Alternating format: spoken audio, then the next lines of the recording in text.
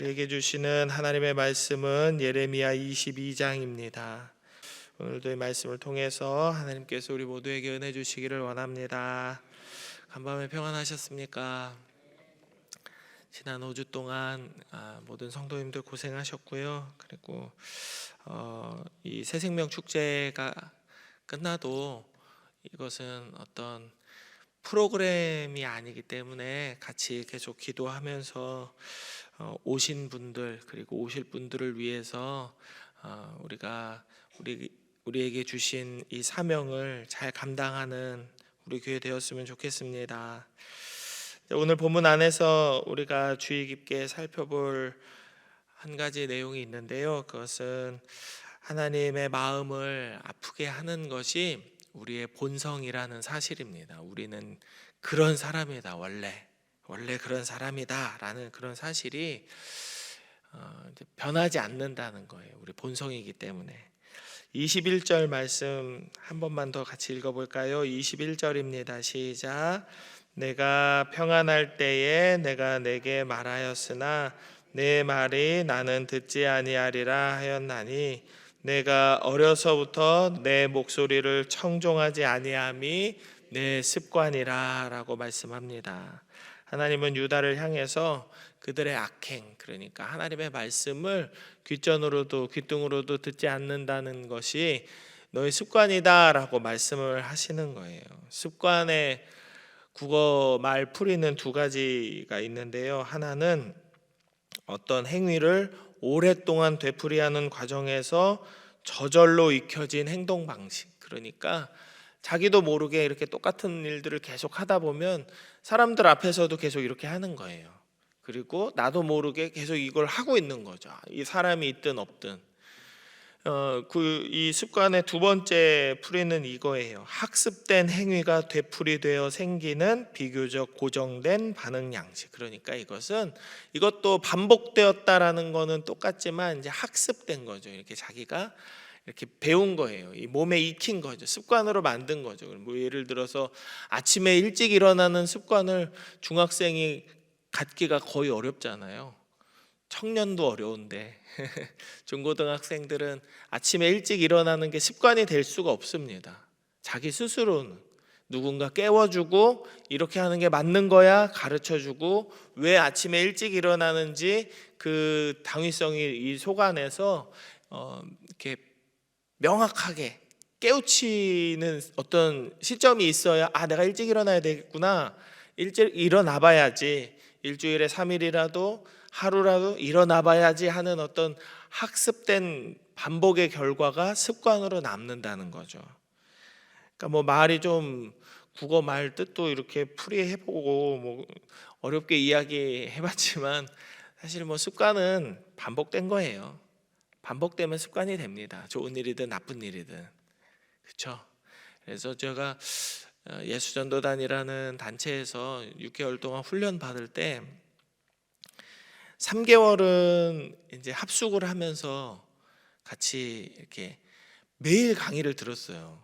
평일에 한 아침부터 오후까지 매일 강의를 듣고 저녁 때 이제 뭐 같이 뭐 어떤 프로그램도 하고 이렇게 같이 기도하고 그런 시간을 12주를 보내고 나머지 3개월은 여행을 떠났습니다. 해외로 가는 사람도 있고 국내에서 하는 사람도 있고 전도 여행을 하는 거예요. 그런데 왜 합숙 기간을 3개월로 12주로 삼았냐면 그 어떤 심리학자가 그랬대요. 이렇게 사람이 또 훈련을 해가지고 어떤 일을 습관처럼 몸에 배게 하기 위해서는 최소한 6주 이상의 시간이 필요하다.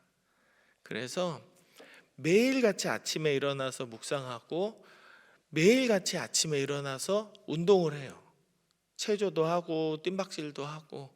근데 뭐 그렇게 안 살았던 사람들이 이렇게 모이니까 오만 짜증이 다 나는 거예요. 이렇게. 그리고 자기 방에서 자기 혼자 이렇게 살던 사람들이 예를 들면 그런 거죠. 저기 있는 잠옷실 같은 조론 방에 한 6명이 사는 거예요. 남자들이. 그리고 장롱도 없어요. 장롱도 없고 옷걸이도 없고 그냥 조그만한 요만한 종이 상자 하나를 줘요. 이제 믿기지 않으시겠지만 요만한 종이 상자 하나를 줘서 거기에 자기 옷이랑 물건이랑 다 넣고 살아야 돼요.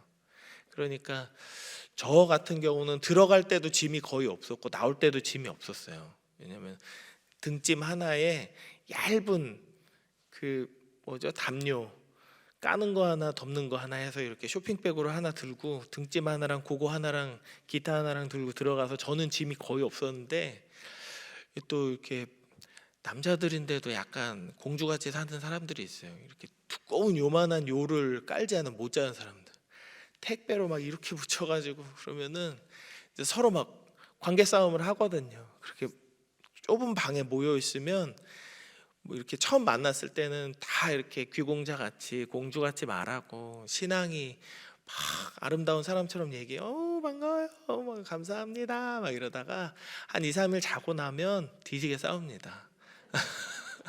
막 형제님 좀 이불 좀 어떻게 해요? 막 이러면서 어떤 사람들은 빨래 짱 박아 놓고 막 쉰내 나고 양말 막 며칠 안 빠른 거를 갖다 이렇게 처박아 놓고 청소 이렇게 돌아가면서 하기로 했는데 청소 안 하고. 근데 이제 몇 주 지나고 나면 이제 안 하는 사람은 끝까지 안 하지만 습관이라는 게 생겨요. 조금씩 생깁니다. 좋은 것이든 나쁜 것이든 습관이 생깁니다.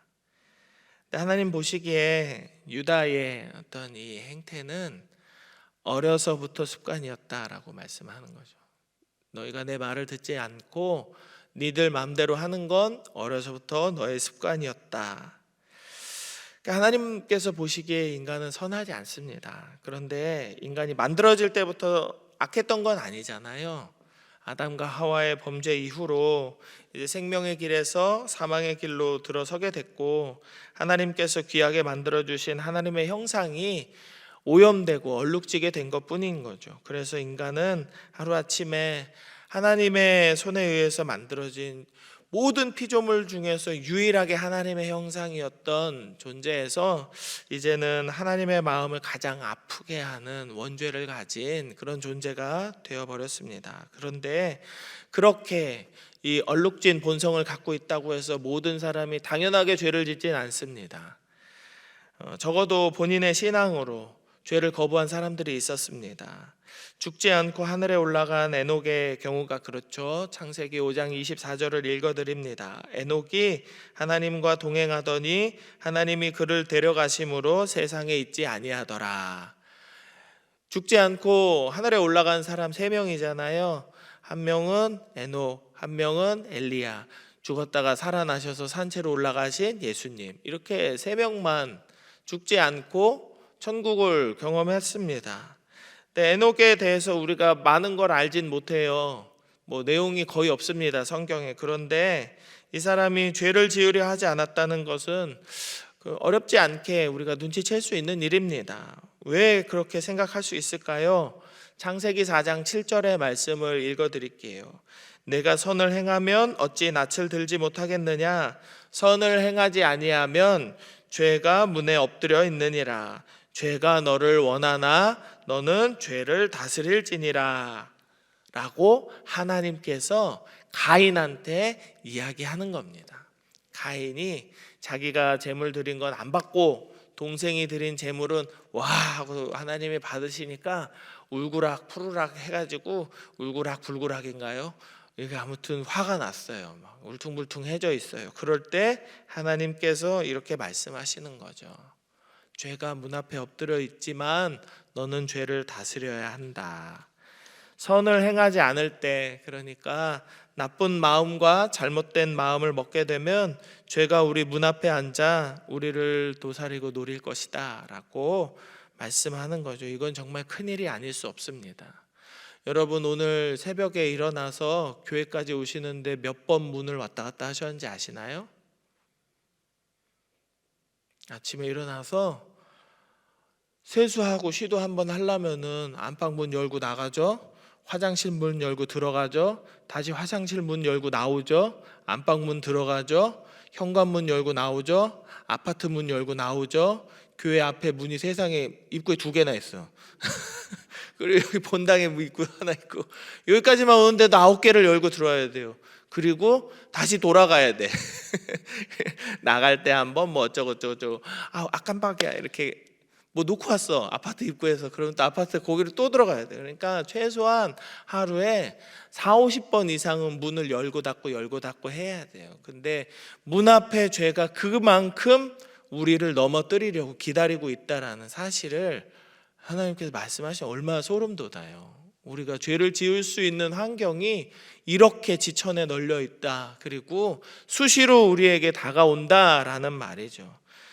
그 죄를 우리는 대체 어떻게 감당해야 할까요? 그런데 하나님은 가인을 향해서 분명하게 이렇게 말씀하십니다. 죄가 너를 원하나 너는 죄를 다스릴지니라. 이 말을 들으면은 우리가 뭐라도 되는 것처럼 생각할 수 있어요. 또 더 그런 생각을 갖게 하는 말씀이 있습니다. 이 죄가 너를 원하나 너는 죄를 다스릴지니라, 이 말씀을 공동 번역본 성경으로 번역으로 보면 이래요. 너는 그 죄의 굴레를 씌워야 한다라고 말씀합니다. 죄의 굴레를 씌우라고.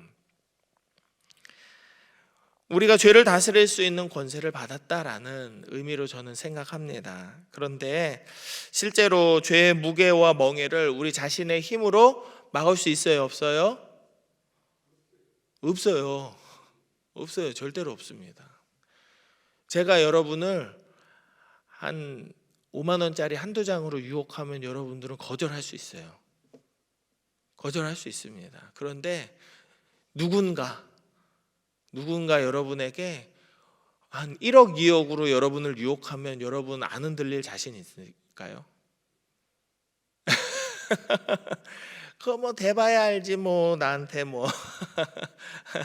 그런데 사람의 마음이 나는 뭐 돈에 절대 유혹되지 않을 거야 라고 할 수 있지만, 사실 나도 모르는 사이에 막 1,000원, 2,000원에 치사해질 수도 있는 게 사람 마음이잖아요. 어떤 큰 일은 막 대범하게 용서해 주는 척 할 수 있지만 아주 사소한 거에 화가 나서 10년, 20년 지기 친구들하고도 원수같이 지낼 수 있는 게 우리 마음이잖아요. 우리 힘으로 이 죄의 무게와 멍에를 이길 수는 없습니다. 그러나 하나님은 하실 수 있어요. 하나님은 바로 그것을 말씀하십니다. 우리가 모든 삶의 순간 속에서 하나님을 선택한다면 우리의 죄성이 아무리 우리를 죄로 끌고 가려고 해도 우리는 하나님을 의지함으로써 그 죄의 굴레를 씌우고 죄를 거부할 수 있고 죄를 다스릴 수 있게 되는 겁니다. 만약 이것이 사실이라면, 만일 이것이 사실이어서 하나님께서 이미 창세기 초에 인간이라는 존재가 4명밖에 없었을 때 이미 죄를 피하고 거부할 수 있는 방법을 주셨던 것이라면, 우리가 죄를 짓고 하나님의 말씀을 거부하는 것이 습관이다 말하시는 이 하나님의 말씀은 정말이지 슬픈 소식이 아닐 수 없습니다. 하나님께서 유다를 보시면서 그들이 하나님의 말씀에 청종하지 않는 것이 너희들의 습관인데 이 습관은 어려서부터 길들여진 것이다 라고 말씀하고 있죠. 이미 죄를 이길 수 있는, 죄를 벗어날 수 있는 방법을 주셨음에도 불구하고 우리는 아주 어렸을 때부터 하나님의 말씀을 들어보지 않은 겁니다.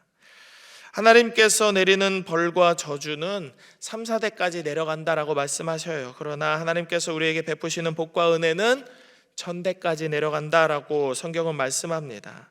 우리를 향한 하나님의 복과 은혜가 1000대까지 흘러가게 하기 위해서는 우리는 그저 우리 하고 싶은 대로 다 살면서 가만히 알아서 어련히 하나님께서 우리에게 복과 은혜를 채워주시겠거니 기다려서는 안 됩니다.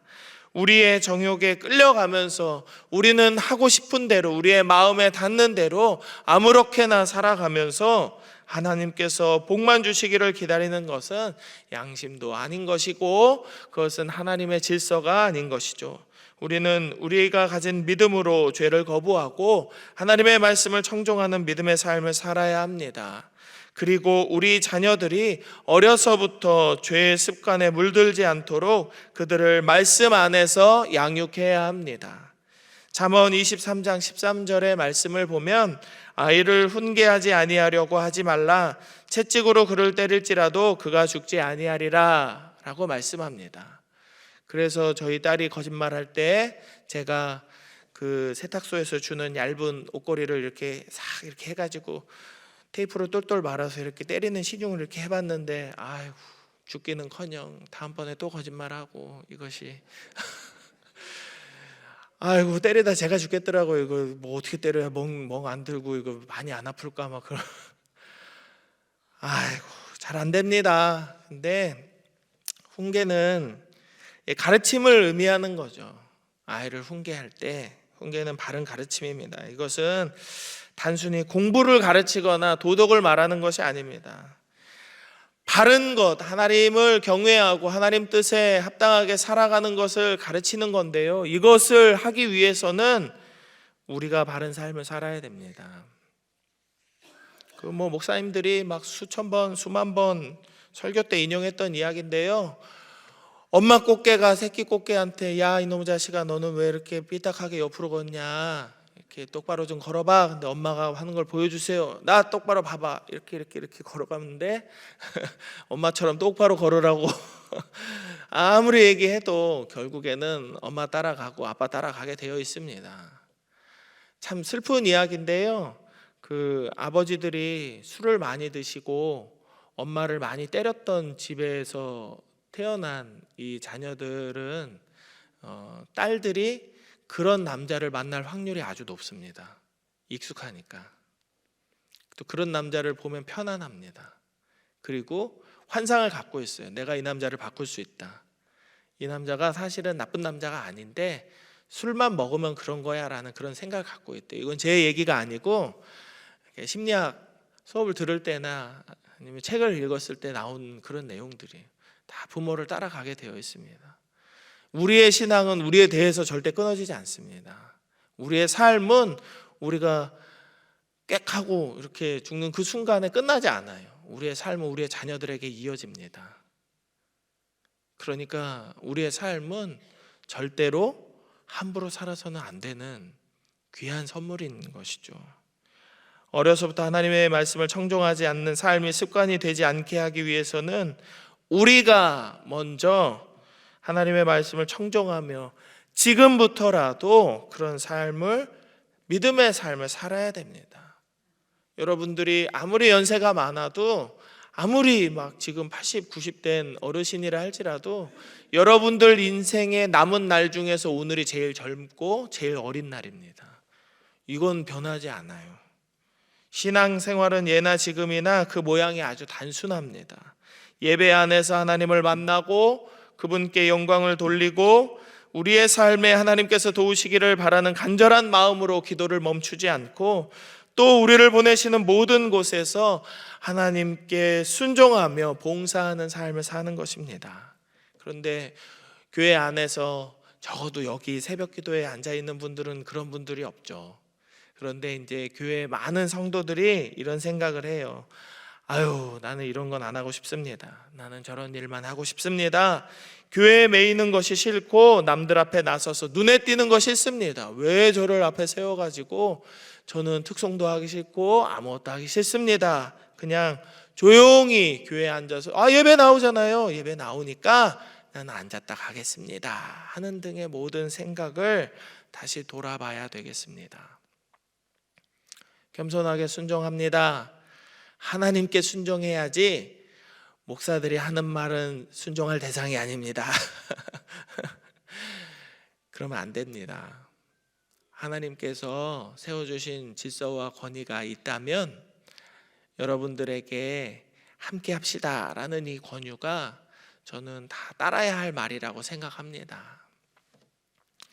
청종은 누군가의 말을 주의 깊게 듣고 그 말의 내용대로 따라서 그냥 듣고 흘려버리는 것이 아니라 순종하는 것까지 포함된다고 저는 믿습니다. 오늘 이 하루의 삶을 살아가는 동안 하나님께서 우리에게 하시는 말씀을 잘 듣고 순종하는 우리 모두가 되기를 원합니다. 하나님께서는 하나님을 의지하는 우리를 붙들어 주시고 죄를 이길 수 있는 힘도 주시고 우리의 발길에 큰 은혜를 베풀어 주실 것입니다. 이 믿음으로 오늘을 살고 하나님께 우리의 삶으로 영광 돌리는 우리 모두가 되기를 주님의 이름으로 축복합니다. 기도하겠습니다. 이 시간 기도할 때는 말씀을 기억하시면서 우리의 삶이 하나님과 동행하는 삶이 되고 모든 순간에 죄와 우리의 정욕이 아닌 하나님을 선택하는 믿음으로 살게 하여 달라고 기도하십시다. 두 번째로는 새생명 축제에 교회를 다시 찾은 잃은 양들과 태신자들의 삶을 붙들어 주시고 우리 교회가 사랑으로 하나 되는 공동체 되게 해달라고 기도하시면 좋겠습니다. 그리고 세 번째로는 아직 산불로 인해서 고통받고 있는 분들이 그 삶의 자리가 조금도 회복되지 않는 분들이 거의 대다수입니다. 그분들에게 하나님 은혜 주셔서 새로운 삶의 거처와 필요한 모든 것들이 채워지도록, 그들의 마음에 있는 모든 고통과 아픔들이 씻어지도록 우리 함께 기도하며 나아갑니다. 하나님, 오늘도 주의 말씀 안에서 이 하루를 시작할 수 있도록 은혜 주심에 감사를 드립니다. 우리가 살아가는 모든 날 동안, 모든 순간 동안 하나님과 동행하는 우리의 삶이 되게 하여 주시옵소서. 우리가 삶의 모든 순간 가운데, 선택의 자리 가운데 죄와 우리의 정욕이 아닌 하나님의 말씀을 듣고 의지하며 하나님을 선택하는 자들, 지혜로운 자들, 하나님의 말씀을 청종하는 자들 다 되게 하여 주시옵소서. 그래서 우리가 하나님을 사랑하고 이웃을 우리 몸과 같이 사랑할 수 있는 겸손한 자들 되기를 원하오니 주여 우리에게 성령의 충만하신 은혜를 허락하여 주옵소서. 새생명 축제 안에서 교회를 다시 찾은 많은 잃은 양들이 있습니다. 또한 교회를 새롭게 방문한 태신자들이 있습니다. 저들의 삶을 붙들어 주시고 우리 교회가 사랑으로 하나 되는 믿음의 공동체, 사랑의 공동체 될 수 있도록 주여 역사하여 주시옵소서. 산불로 인하여서 오랜 기간 고통받고 있는 많은 이들이 있습니다. 삶의 자리가 모두 사라져버리고 괴로움과 절망으로 눈물 흘리며 고통받고 있는 많은 이들이 있습니다. 저들에게 새로운 삶의 거처와 필요한 모든 것들을 채워주시고 하나님의 은혜로 저들의 마음속에 있는 모든 아픔과 두려움과 공포가 사라지고 오직 하나님 주시는 평안으로 오늘의 삶을 살아가고 내일의 소망을 얻을 수 있도록 주여 역사하여 주시옵소서. 주님, 하나님, 우리가 살아가는 모든 날 동안 우리가 하나님의 말씀을 듣지 않는 것이 습관이 되지 않고 오직 주의 말씀을 청종하며 말씀 앞에 나와 하나님께 기도하고 하나님께서 우리에게 맡겨주신 사명에 순종하는 것이 우리의 습관이 되게 하여 주옵소서. 언제나 모든 삶의 순간에 죄와 정욕이 아닌 하나님을 선택하는 믿음으로 살기를 원합니다. 그래서 우리가 우리 태신자들과 잃은 양들을 위하여 기도하기를 멈추지 않게 하시고 저들도 하나님 은혜 안에서 오늘을 살아가고 내일을 소망하는 가운데 저들의 삶에도 하나님의 말씀을 청종하는 것이 습관이 되게 하여 주시옵소서. 우리 교회가 사랑으로 하나 되는 공동체 되기를 원합니다. 서로를 섬기고 세워주고 격려하며 아껴주는 것이 우리의 삶이 되는 교회 되기를 원합니다. 주여 우리에게 주의 성령을 충만케 하여 주옵소서. 산불로 인하여서 고통받고 있는 모든 이들에게 하나님께서 은혜를 베풀어 주시고 저들의 필요를 채워주시고 저들의 마음의 상처를 위로하여 주옵소서. 오늘을 살아가는 광양제의 성도들의 삶에도 평안과 은혜와 하나님의 복을 충만히 채워주시기를 간절히 원하며 거룩하신 예수님 이름으로 기도드립니다. 아멘.